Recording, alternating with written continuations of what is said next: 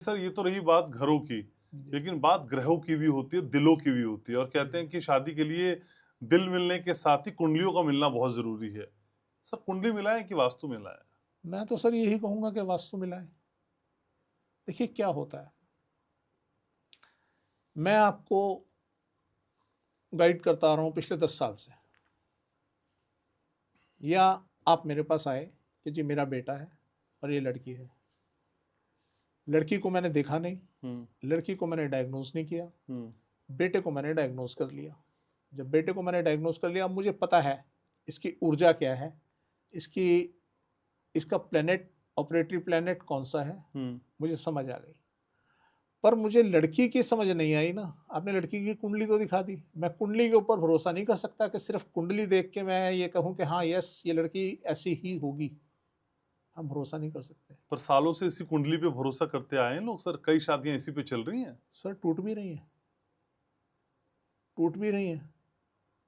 अब हम तो देखते ही बता देते हैं कि आपके बीच में गड़बड़ चल रही है।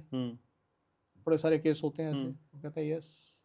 हमें तो यहाँ तक सीन मिला कि मैंने जब उनसे कहा, मैंने कहा जी आपके और आपकी वाइफ के बीच में प्रॉब्लम है, दिक्कत है। क्या दिक्कत है जी? और उनके बच्चे बड़े शादियों के लायक उनके बच्चे? कहते हैं हाँ जी। फिर कुछ दिन बाद वो शख्स मुझसे बोलते हैं सर मैं दूसरी शादी करनी है, कर लूँ? सेम एक और केस, बड़े सारे केस हैं वैसे तो। एक और केस मेरे पास आए लव मैरिज करने के लिए, 2 लोग आते हैं मेरे पास। तो मैंने उनकी हॉरोस्कोप देखी, देखने के बाद मैंने उन्हें बोला, मैंने कहा तुम शादी मत करो। कहते जी नहीं अब हम बहुत आगे निकल चुके हैं अब। मैंने कहा मत करो, और आगे निकलना पड़ जाएगा।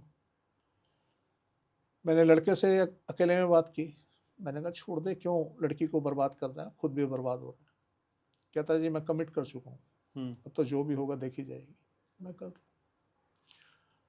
अल्टीमेटली शादी हुई, उनके 2 बच्चे हुए।